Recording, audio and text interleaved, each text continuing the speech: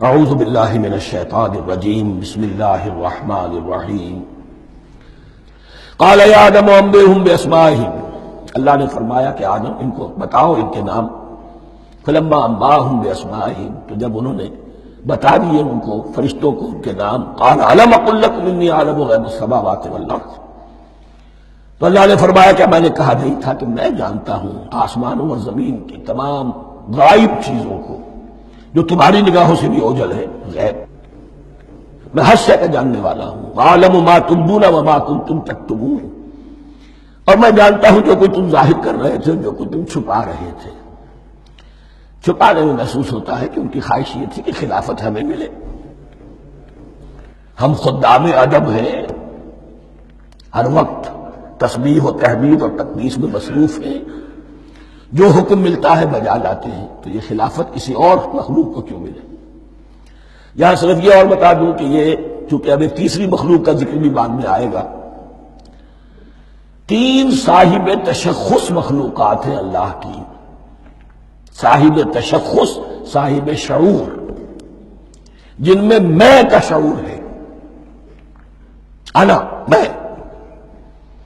ایک ملائکہ ہے، ان کی تخلیق نور سے ہوئی ہے. ایک انسان ہے جن کی تخلیق گارے سے ہوئی ہے. ایک جنات ہیں جن کی تخلیق آگ سے ہوئی ہے.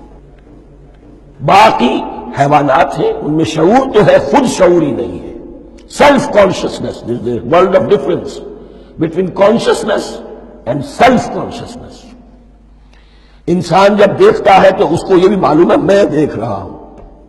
کتا بلہ دیکھتا ہے، اسے یہ اندازہ نہیں ہوتا کہ میں دیکھ رہا ہوں. دیکھنے کا ایک نتیجہ ہے جو نکل آتا ہے، لیکن میں کا وجود نہیں ہے. یہ انا، سیلف، ایگو، یہ انسان میں ہے، جنات میں ہے، شعور میں، اور فرشتوں میں ہے. ایک نوری مخلوق، ایک ناری مخلوق، ایک زمین کے اس کرسٹ میں یہ جو مٹی اور گارے، مٹی اور پانی کا جو مغلوبہ ہے گارے کی شکل میں، اس سے بنا ہے.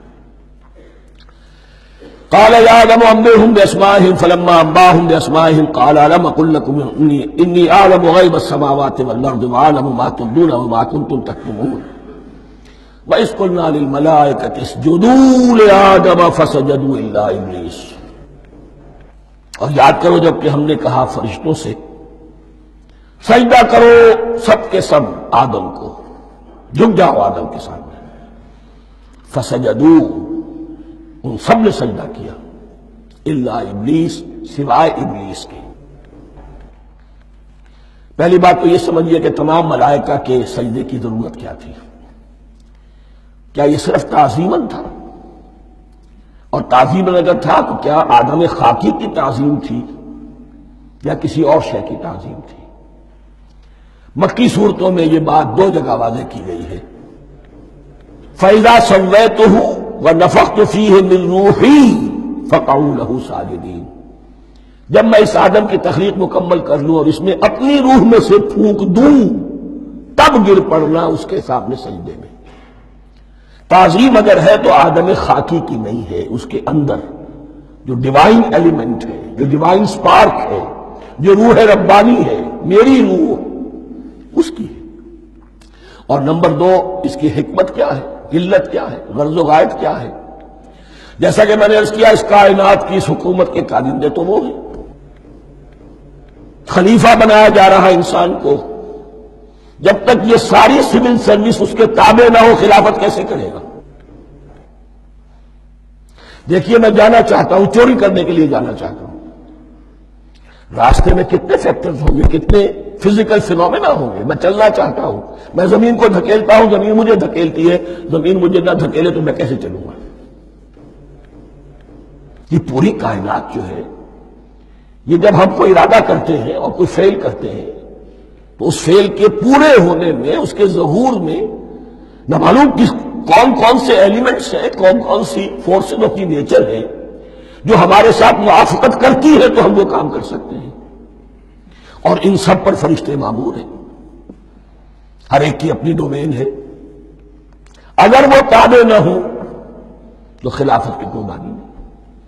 خلافت دی گئی ہے، یہ ادھر جانا چاہتا ہے جانے دو، یہ نماز کے لیے مسجد میں جانا چاہتا ہے جانے دو، یہ چوری کے لیے نکلا ہے نکلنے دو، اس لیے کہ اس کو جو اختیار دیا گیا ہے اس کے اختیار کے استعمال میں یہ تمام جو قوتیں ہیں وہ اس کے ساتھ موافقت کرتی ہیں، تب اس کا کوئی ارادہ وہ اچھا ہو یا برا وہ پایہ تکمیل کو پہنچ سکتا ہے۔ یہ گویا کہ سبارڈینیشن اس کے لیے سمبل کہ تمام فرشتوں کو جھکا دیا گیا۔ البتہ اس آیت میں ایک مغالطہ پیدا ہوتا ہے، الا ابلیس، سوائے ابلیس کے۔ مغالطہ یہ پیدا ہوتا ہے کہ شاید وہ بھی فرشتہ تھا، اس لیے کہ حکم تو فرشتوں کو دیا گیا تھا۔ پھر نوٹ کیجئے اس سے پہلے، بہت پہلے سورہ کہف نازل ہو چکی ہے، اور سورہ کہف میں فرما دیا گیا ہے کان من الجن ففسق عن امر ربی، وہ جن تھا پس اس نے سرکشی کی اپنے رب کے حکم سے۔ فرشتے کی شان یہ نہیں ہے، وہ اللہ کے کسی حکم کی سرتابی نہیں کرتا۔ لا یعصون اللہ ما امرہم ویفعلون ما یؤمرون، وہ اللہ کے کسی حکم کی نافرمانی نہیں کرتے اور جو حکم ملتا ہے بجا لاتے ہیں۔ یہ جنات کے اندر اختیار تھا، جیسے اختیار انسانوں کو دیا گیا ہے۔ جنات میں نیک بھی ہے، بد بھی ہے، اعلیٰ بھی ہے، ادنا بھی ہے، جیسے انسانوں میں۔ لیکن یہ عزازیل جو جن تھا، علم اور عبادت دونوں کے اعتبار سے بہت بلند ہو گیا تھا، اور یہ فرشتوں کا یوں سمجھیے کہ ہم نشین، فرشتوں کے ساتھ اس طور سے شامل، جیسے بہت سے انسان بھی اگر اپنی بندگی میں، زہد میں، عبادت میں، نیکی میں ترقی کرے تو ان کا ملائے اعلیٰ کے ساتھ، عالم ارواح کے ساتھ، عالم ملائکہ کے ساتھ ایک رابطہ قائم ہوتا ہے۔ اسی طریقے سے وہ جو عزازیل تھا، جن ہونے کے باوجود اپنی نیکی، عبادت، پارسائی اور اپنے علم میں فرشتوں سے بہت آگے تھا، اس لیے معلم الملکوت کی شکل اختیار کر چکا تھا۔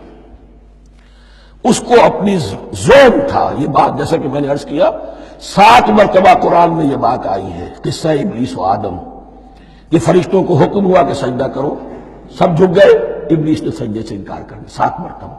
یہ 7ویں مرتبہ ہے جو ہم پڑھ رہے ہیں، مصحف میں پہلی مرتبہ آ رہا ہے، ترتیب نزول میں 7ویں مرتبہ آ رہا ہے۔